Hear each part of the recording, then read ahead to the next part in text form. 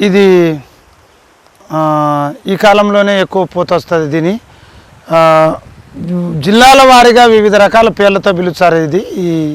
ఈ చెట్టు దీని పూలు 5-6 రకాలుగా ఒక మొగ్గలోనే ఒక గుత్తిలోనే మనకు కనిపిస్తుంది.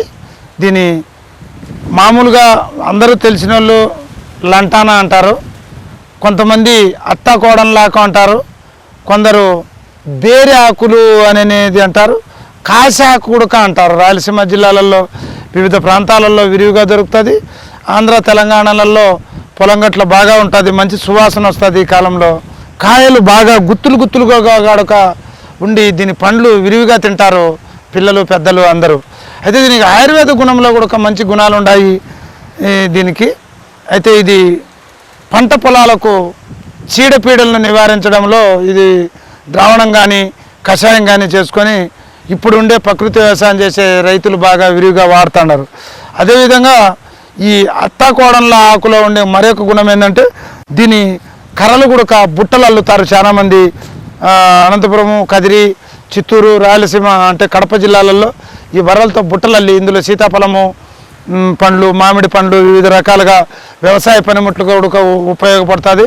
పొలం గట్లలో ఇది పెంచుకుంటే ఇది మనకు ప్రకృతి పరంగా వచ్చే పిట్టలు ఇందులో గూళ్ళు పెట్టుకొని చాలా వరకు మన పురుగులను తినేదానికి పక్షి స్థావరాలుగా ఈ చెట్టు ఉపయోగపడుతుంది, అత్తాకోడన్ల ఆకు. అందులో ఇది నాటుకోళ్ళు పెంచే వాళ్ళు విరివిగా ఈ ఆకులతో ఇంట్లో వేసుకుంటే గోమారి తగ్గే గుణము ఉంది కనుక ప్రతి రైతుకు కూడా ఈ చెట్లను సంరక్షించుకొని పొలం గట్లో మనము దీన్ని చేసుకొని దీని ఆకులతోనూ ఈ పూలతోనూ ద్రావణాలు తయారు చేసుకొని పురుగు నివారణ మందులు కూడా మనము ఉపయోగించుకోవచ్చు. దీని ఆవిరి పెట్టినందువలన ఊపిరితిత్తులకు సంబంధించిన వ్యాధులు రావని పల్లె వైద్యులు చెప్తుంటారు. కాశాకు ఆవిరి పెట్టుకోరా నీకు తగ్గిపోతుంది అనేది.